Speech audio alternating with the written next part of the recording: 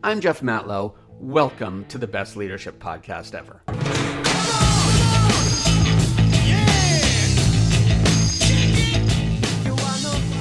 Welcome back to the best leadership podcast ever, where every week we reframe your daily behavior to help you catapult your career. Now, doesn't that sound like fun? I think so. My name's Jeff Matlow. I'm a 3-time entrepreneur, and now I coach leadership teams and executives. And what I talk about is change, which is funny because today I want to talk to you about change. But I want to start a little bit back in time, specifically 25,000 years ago. You see, 25,000 years ago, our early ancestors created a small invention that, as it turns out, would have a monumental impact on the growth and development of modern man. Crazy, right? What do you think it was? No, it wasn't the ability to control fire. I know that was your first thought. But that was about 400,000 years ago. So, nice guess, but you're off by 375,000 years. It also wasn't the invention of the wheel either. And you'd be shocked to learn when that happened. I'll put a link down in the comments so you can learn about that one. The small invention I'm referring to, the one that dramatically altered the trajectory of humankind, was the sewing needle. I know, I was shocked too. Let me tell you a little bit more about this, because the lesson from this has a lot to do with how you run your team and transform your life. See, humans originally evolved in Africa. The first human-like creatures first appeared there around 7 million years ago, give or take a couple of years. The modern human, the one that mostly looks like us and moves like us, they came into being about 300,000 years ago. For reasons I'm not going to get into right now, some of them began migrating out of Africa about 100,000 years ago. The natural progression for these nomadic people would have meant they'd crossed from northern Africa into Europe, the Middle East, Asia. They were all up there. But they stayed in the southern parts of the continent because it stayed warmer close to the equator. We know that. And things would get a lot chillier if they went further north, and they simply couldn't survive that brutal cold. And then, 25,000 years ago, one of them carved up a sewing needle. And from that small discovery, big things happened. The invention of the needle and thread was the first time that people could sew things together, like, say, nice, cozy animal fur. The sewing needle was the invention that allowed our ancestors to effectively create layers of clothing, to build insulated boots, and to finally survive year-round in frigidly cold environments. Because of the sewing needle, people began to travel north throughout Europe and Asia, even into Siberia. Finally, about 15,000 years ago, a tribe of people crossed the Bering Strait from Siberia to Alaska and began inhabiting North America. They became the Inuit and the Eskimos and the Native Americans, all because of a sewing needle. Katie is a client of mine. You don't know Katie, but believe me, she's super smart, she's driven, basically she's a rock star. It's no surprise that she's second in command at a $100 million company. In my role as a leadership team coach, I'm helping transform the team at that company into a more cohesive, communicative, and accountable unit. And in Katie's operations role, she's responsible for managing a lot of different things. She has a lot to do. I recently began having regular talks with her on Zoom to help guide her towards building the team she envisions.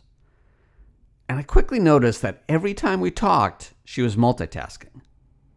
Now, she had a lot to get done. I get it. She works 7 days a week, pretty much 10 hours a day. I get that too. But contrary to popular belief, multitasking doesn't make you more productive. And frankly, it's annoying to the other person you're talking to. So after a few Zoom calls with Katie, I brought it to her attention. I said to her, "You're not focusing on the conversation we're having. When you're multitasking, your employees will feel unheard and deflated. They'll think you don't care. I suggest you stop it." So she stopped doing it. She began forcing herself to be present on her calls and in her meetings.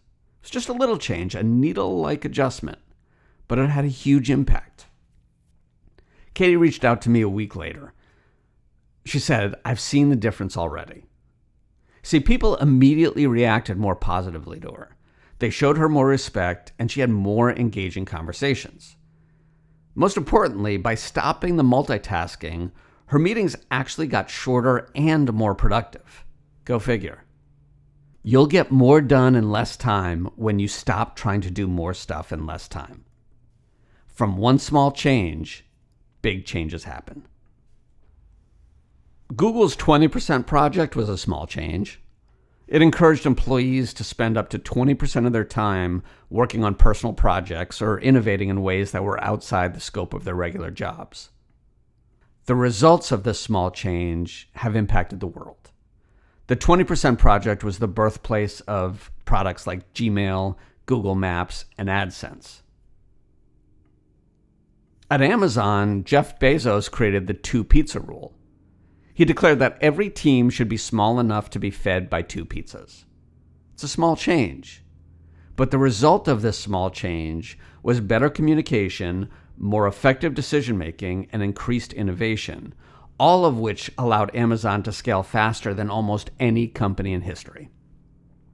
And in the 1960s, Toyota made a small change by empowering all their assembly line workers to pull the Andon cord, which is like an emergency stop button on an assembly line. So if they saw a defect in a car part, they could stop that assembly line. The result of this small change was a culture of continuous improvement with better quality control and fewer errors. Their process has since become the standard for car manufacturers everywhere. From small changes, big changes happen. So there's always small changes you can make at your work. All you need to do is look for them. Could you start time blocking your calendar to stay focused on your top priorities? Because that small change will help build a culture of accountability. Maybe you can commit to starting every meeting on time, because that small change will help create a culture of productivity and mutual respect. Or will you stop sending emails to employees and colleagues after work hours? That simple change will foster a healthier work-life balance for your team. Or you know what? Maybe you'll take a bigger step and enlist an executive coach to help your leadership team take the company to its next level. If you want that, I know a really good leadership coach. It's easy to get overwhelmed at the thought of making big changes. I know that feeling all too well. It was my specialty earlier in my career. Like many others, I believe that huge change required huge effort. I was wrong, and so are you if you believe the same thing. A simple sewing needle changed the course of human history. Active listening transformed Katie's productivity and her team culture. And small ideas altered the culture and advanced innovation for some of the largest corporations in the world. Maybe it's time to put the haystack aside, because the needle is in your hand. So I ask you, how are you going to use it? Hey, if you want to better understand how small changes can make a big impact on your team, reach out to me, leadership@bytitleonly.com. Thank you for listening to this. If you like it, please give it 5 stars, leave a review. It really means a lot. Share it with a friend, too. Hey, maybe your friends might like it. Who knows? Let's find out, shall we? Either way, I appreciate you. I look forward to talking to you next week. Take care. Bye.